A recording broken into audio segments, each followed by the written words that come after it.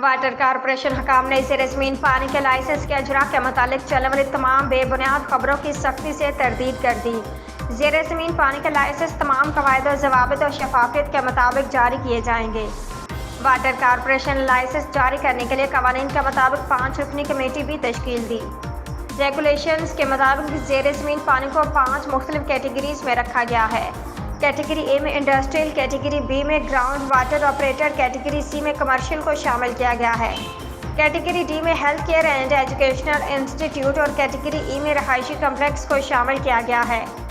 Water corporation ने ज़ेर-ज़मीन licence जारी करने के लिए 27 जून 2024 को अखबारात में पब्लिक नोटिस शाया करके पहला मरहला मुकम्मल कर लिया है। पब्लिक नोटिस अशात होने के बाद अब तक वाटर कॉरपोरेशन से 36 दरख्वास्त फॉर्म हासिल किए गए हैं।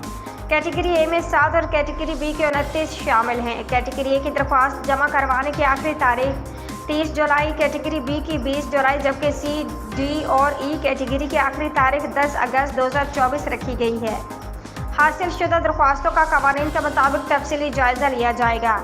ऐसे किसी भी ऑपरेटर्स को ज़ेर-ज़मीन लाइसेंस जारी नहीं किया जाएगा जिसके खिलाफ माजी में कोई भी FIR या मुकदमा दर्ज किया हो गया हो।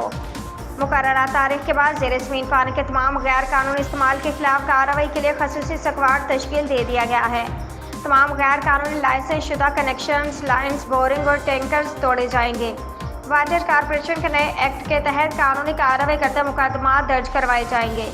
इसके अलावा उन पर 50 लाख रुपए का जुर्माना आयद किया जाएगा। वाज़ेह है कि गुज़श्ता तमाम 34 ज़ेर-ज़मीन लाइसेंस को मनसूख किया गया है।